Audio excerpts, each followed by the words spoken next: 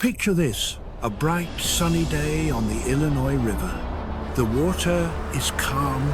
A boat hums gently across the current. A man leans back, maybe thinking this is going to be an ordinary afternoon. And then out of nowhere, a giant silver flash breaks the surface.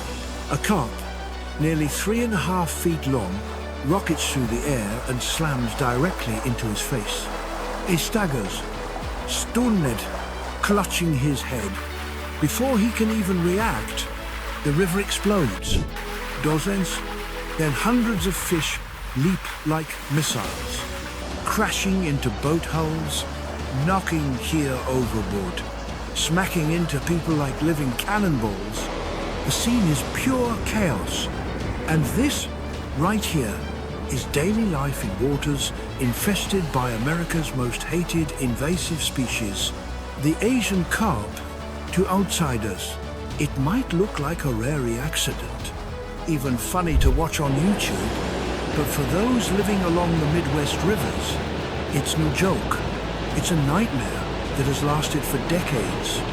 What began as a small fish farming experiment has turned into one of the greatest ecological disasters in modern American history.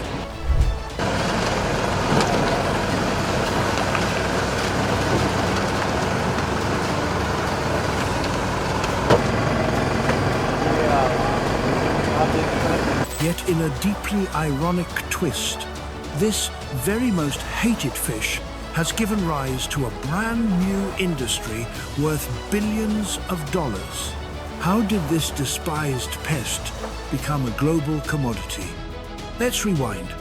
Back in the 1970 seconds, catfish farms were booming in the southern United States. Farmers had a problem.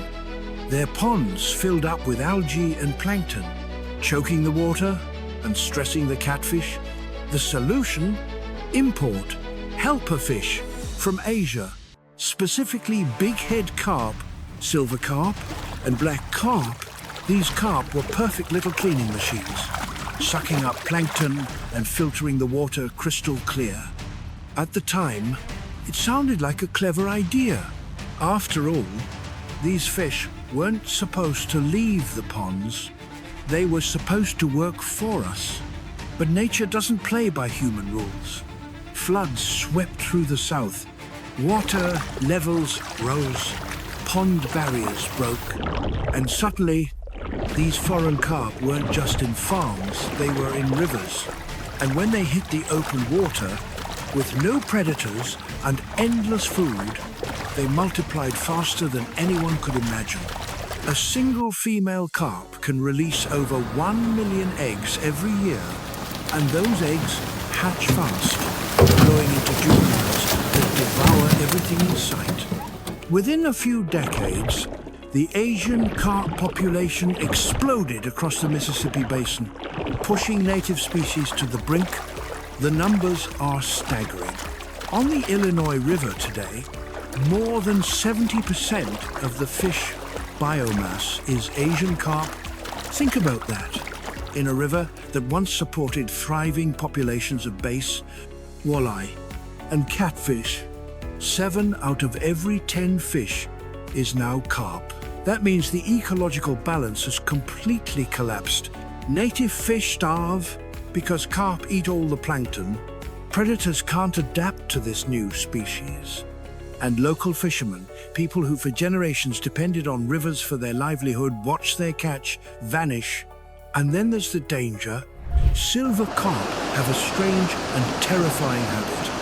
When startled by a motor's sound, they don't just hop, they launch, flying through the air at 20 miles per hour.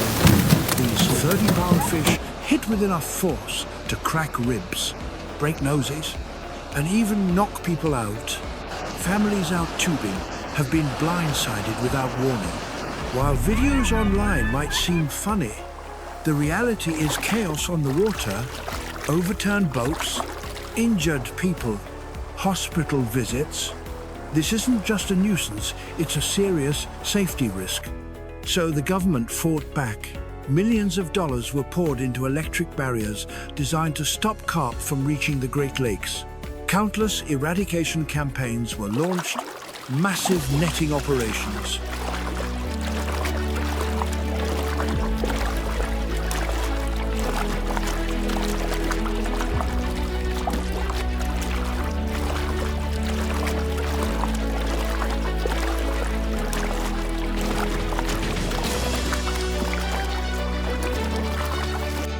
Chemical treatments, even bow fishing tournaments.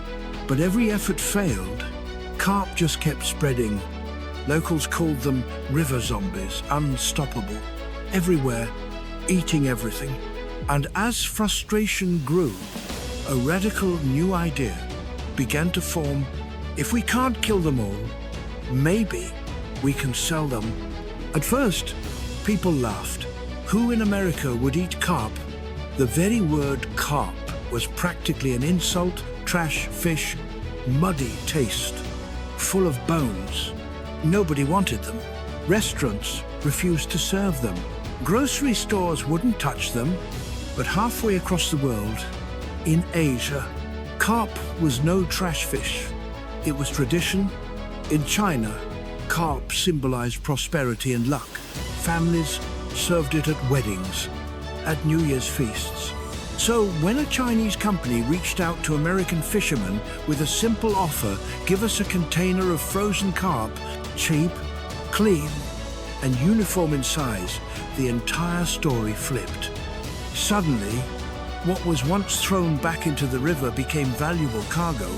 Fishermen who had quit returned with new purpose. But this wasn't rod and reel fishing. This was industrial-scale harvest. In Kentucky, annual carp catches skyrocketed to more than 6,000 tons, 15 million pounds of invasive fish pulled straight out of the rivers every single year. And for the first time, invasive carp were worth real money. The mechanics of this new hunt are fascinating. Picture an 80-foot boat equipped with sonar and underwater speakers. Crews deploy massive nets, sometimes nearly 100 feet wide. Then the load.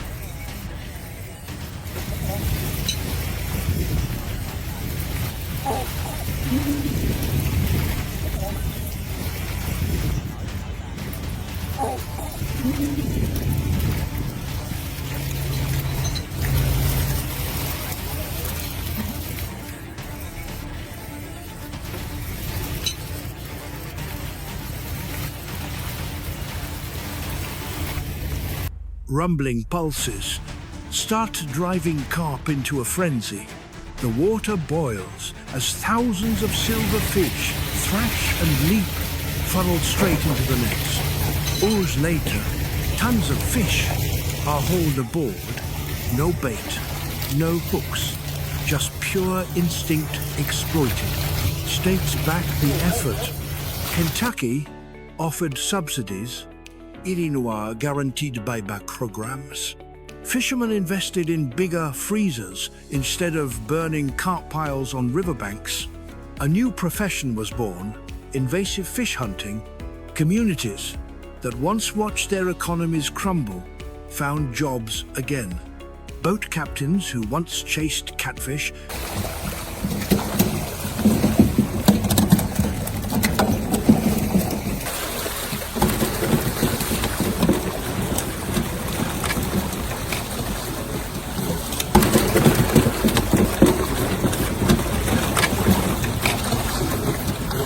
now proudly call themselves carp harvesters. But why stop at wild harvest?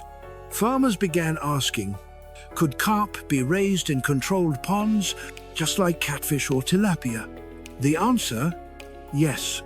Across Arkansas, Missouri, and Kentucky, semi-natural pond systems emerged, large bodies of water, 3 to 5 hectares each.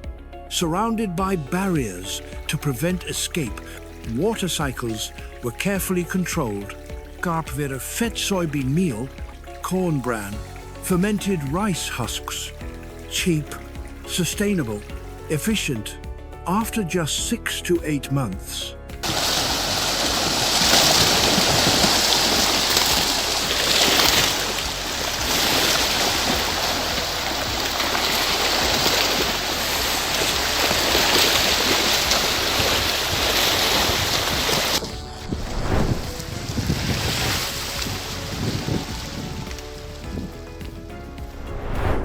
The fish reached market size, and best of all, they grew consistently, exactly what export buyers wanted. At USDA-certified facilities in Kentucky and Illinois, the processing begins. Carp arrive in massive refrigerated trucks. Workers clean, scale, fillet, and package them under strict safety standards.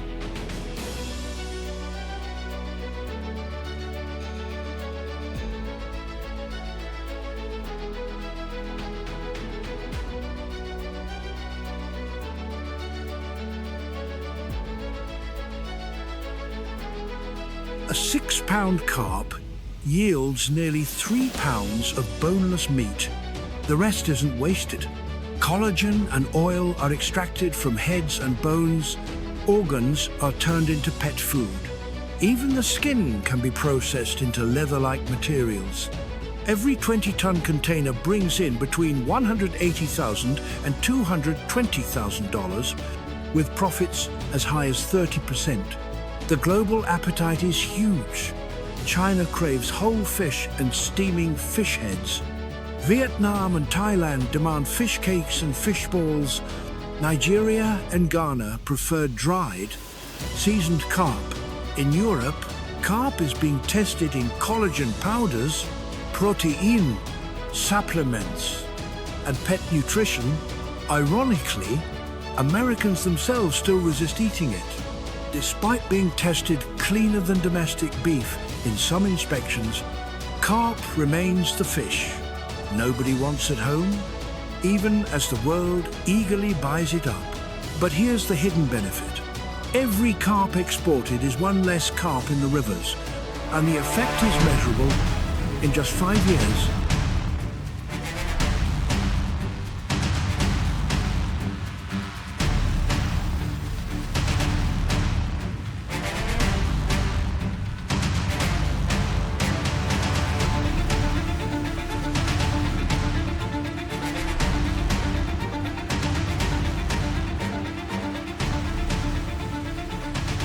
invasive carp biomass in parts of the Illinois River dropped from 70% to 45%.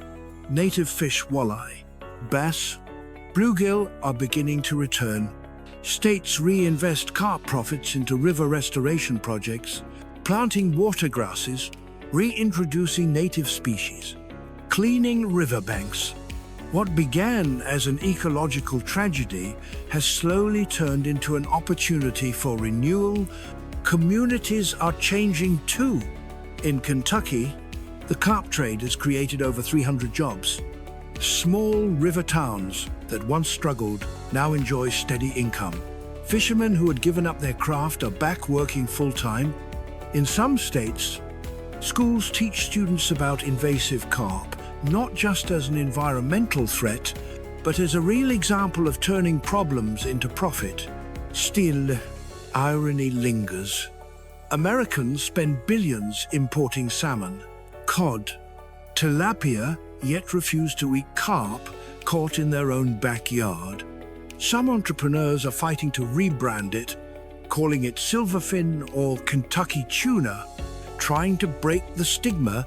Imagine carp tacos at food trucks, carp burgers at barbecues. Maybe, someday, the American palate will shift. For now, carp remains America's most unwanted fish. That also happens to be one of its most valuable exports. And so here we are.